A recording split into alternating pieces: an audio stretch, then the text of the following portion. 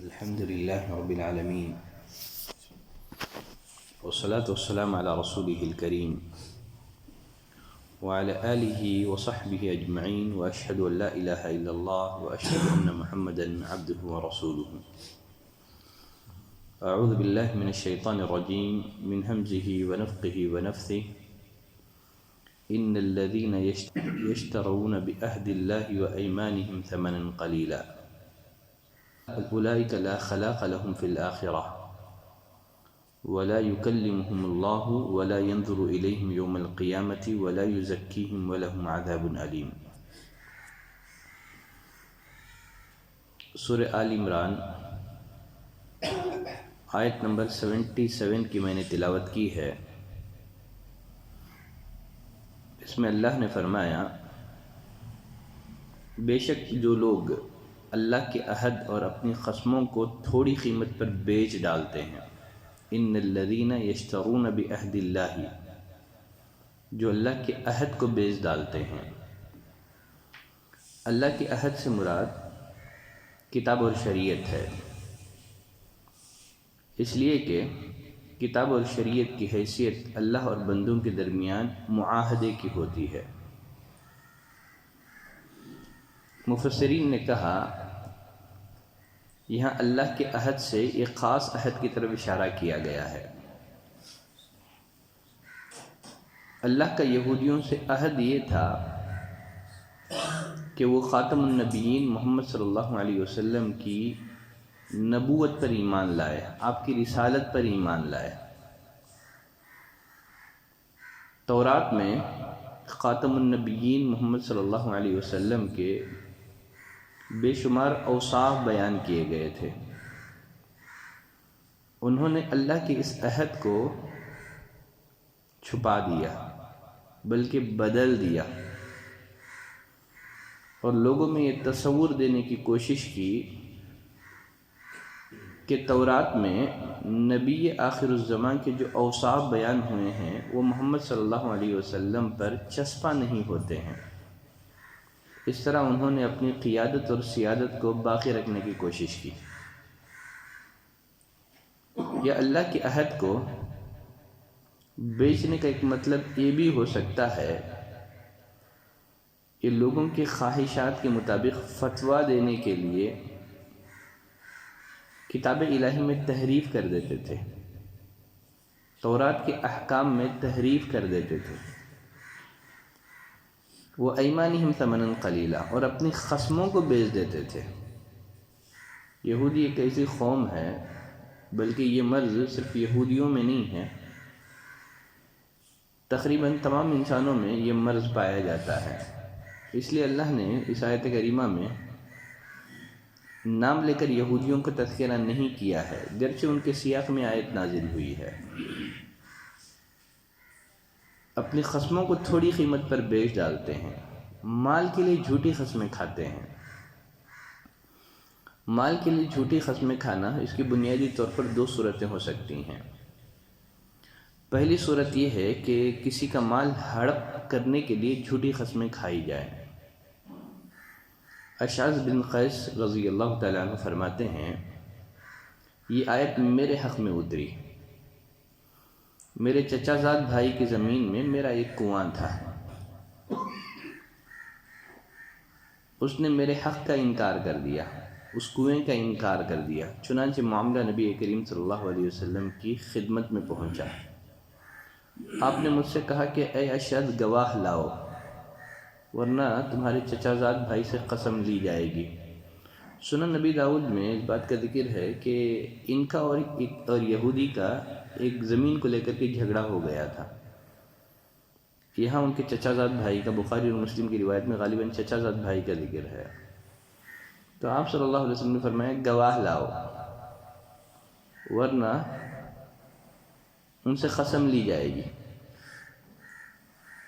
اشعث بن قیس نے کہا، اللہ کے رسول، یہ تو جھوٹی قسم کھا لے گا.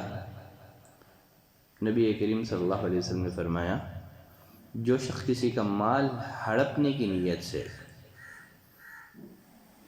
جھوٹی قسم کھائے گا، قیامت کے دن وہ اللہ سے ملے گا اس حال میں کہ اللہ اس سے غضبناک ہوگا. تو کسی کا مال ہڑپنے کے لیے جھوٹی قسم کھانا ایک کبیرہ گناہ ہے۔ مال کی خاطر جھوٹی قسم کھانے کی ایک صورت یہ بھی ہے، سودا فروخت کرنے کے لیے جھوٹی قسم کھانا۔ عبداللہ بن ابی اوفا رضی اللہ تعالیٰ عنہ روایت کرتے ہیں، ایک شخص نے بازار میں اپنا مال رکھا اور ایک مسلمان کو پھنسانے کے لیے جھوٹی قسم کھا کر کہنے لگا مجھے اس مال کی اتنی قیمت ملتی تھی، حالانکہ یہ بات غلط تھی، تو اس پر قرآن مجید کی آیت کریمہ نازل ہوئی۔ تو غرض فرمایا ان الذین یشترون بعہد اللہ وایمانہم ثمنا قلیلا، بے شک جو لوگ اللہ کے عہد اور اپنی قسموں کو تھوڑی قیمت پر بیچ ڈالتے ہیں، اس لیے کہ اللہ کے اجر کے مقابلے میں، قیامت کے اجر کے مقابلے میں دنیا کا معاوضہ یہ تھوڑی قیمت ہے۔ اس کا یہ مطلب نہیں ہے کہ زیادہ قیمت مل جائے تو بدعہدی کی جا سکتی ہے، دھوکہ دیا جا سکتا ہے، وہ مقصود نہیں ہے۔ آخرت کے اجر کے مقابلے میں دنیا کا ملنے والا معاوضہ یہ تھوڑا ہوتا ہے۔ فرمایا اولئک لا خلاق لهم فی الآخرہ، ان کے لیے آخرت میں کوئی حصہ نہیں ہے۔ جیسے ابو امامہ الباہلی رضی اللہ تعالیٰ عنہ کی روایت میں نبی کریم صلی اللہ علیہ وسلم نے فرمایا جس نے قسم کھا کر کسی مسلمان کا حق مارا، اللہ نے اس کے لیے دوزخ لازم کر دی ہے، اللہ نے اس پر جنت حرام کر دی ہے۔ صحابہ نے پوچھا اللہ کے رسول اگر وہ معمولی چیز ہو تو؟ نبی کریم صلی اللہ علیہ وسلم نے فرمایا پیلو کی ٹہنی ہو تو بھی، مسواک ہو تو بھی، اگر آدمی جھوٹی قسم کھا کر کے کسی کے مال کو ہڑپنے کی کوشش کرے گا، اللہ اس پر جنت حرام کر دے گا اور اس پر دوزخ کو لازم اور واجب کر دے گا، گرچہ وہ معمولی سے معمولی چیز کیوں نہ ہو۔ کہا اولئک لا خلاق لهم فی الآخرہ، آخرت میں ان کا کوئی حصہ نہیں ہے۔ ولا یکلمہم اللہ تعالیٰ نہ تو ان سے بات چیت کرے گا۔ دیکھیے قرآن مجید کی دوسری آیت سے معلوم ہوتا ہے کہ قیامت کے دن اللہ ہر شخص سے کلام کرے گا، اللہ ہر شخص سے سوال کرے گا۔ جیسے سورۃ الحجر میں اللہ نے فرمایا فَوَرَبِّكَ لَنَسْأَلَنَّهُمْ أَجْمَعِينَ عَمَّا كَانُوا يَعْمَلُونَ، آپ کے رب کی قسم ہے ضرور ہم سب لوگوں سے سوال کریں گے ان سب کاموں کے متعلق جو وہ کرتے تھے، اس لیے کہ سوال کلام کے بغیر نہیں ہو سکتا۔ تو یہاں اللہ نے فرمایا اللہ کلام نہیں کرے گا۔ دیگر آیتوں سے پتہ چلتا ہے کہ اللہ ہر ایک سے کلام کرے گا۔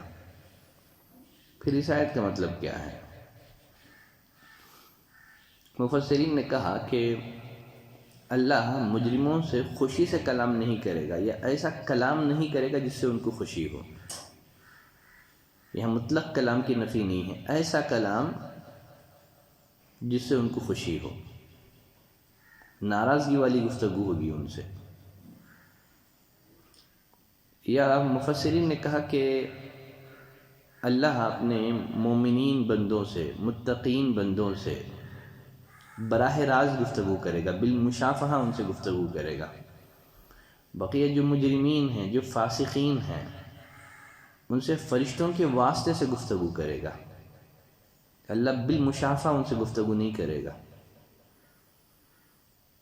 تو فرمایا وَلَا يُكَلِّمُهُمُ اللَّهُ، اللہ ان سے کلام نہیں کرے گا، وَلَا يَنْظُرُ إِلَيْهِمْ، اور نہ ان کی طرف قیامت کے دن دیکھے گا۔ اس کا یہ مطلب نہیں کہ اللہ ان کو نہیں دیکھے گا، اس لیے کہ اللہ کی نظر سے دنیا کی کوئی چیز مخفی اور پوشیدہ نہیں ہے، کوئی چیز اس سے مخفی نہیں ہے۔ یعنی محبت سے نہیں دیکھے گا، رحمت سے نہیں دیکھے گا۔ وَلَا يُزَكِّيهِمْ، اور نہ ہی انہیں پاک کرے گا، گناہوں سے انہیں پاک نہیں کرے گا، ضرور انہیں ان کے گناہوں کی سزا دے گا، اس لیے کہ انہوں نے اللہ کے حق کی بھی نہ تلفی کی ہے اور بندوں کے حق کو بھی انہوں نے مارا ہے۔ اللہ انہیں پاک نہیں کرے گا، اس لیے کہ جنت میں جانے کے لیے تزکیہ ضروری ہے، گناہوں سے پاک اور صاف ہونا ضروری ہے۔ تو اللہ انہیں پاک نہیں کرے گا گناہوں سے۔ وَلَهُمْ عَذَابٌ عَلِيمٌ، ان لوگوں کے لیے دردناک عذاب ہے۔ ابو ذر رضی اللہ تعالیٰ عنہ فرماتے ہیں رسول اللہ صلی اللہ علیہ وسلم نے فرمایا 3 لوگ ایسے ہیں جن سے اللہ قیامت کے دن کلام نہیں کرے گا، نہ انہیں دیکھے گا، نہ ان کو پاک کرے گا، ان کے لیے دردناک عذاب ہے۔ آپ نے 3 دفعہ یہ جملہ دہرایا۔ ابو ذر رضی اللہ تعالیٰ عنہ عرض کرنے لگے اللہ کے رسول خابوا و خسروا، یہ لوگ ناکام ہو گئے، نامراد ہو گئے، کون ہیں یہ لوگ؟ نبی کریم صلی اللہ علیہ وسلم نے ان 3 لوگوں کا ذکر کیا۔ پہلے نمبر پر وہ ہے المسبل ازارہ، جو اپنے ازار کو ٹخنوں کے نیچے لٹکاتا ہے۔ نمبر 2 احسان کر کے احسان جتلاتا ہے۔ نمبر 3 المنفق سلعتہ بالحلف الکاذب، جھوٹی قسمیں کھا کر کے اپنا سودا فروخت کرتا ہے۔ قیامت کے دن اللہ ان سے کلام نہیں کرے گا، نہ دیکھے گا، نہ انہیں گناہوں سے پاک کرے گا۔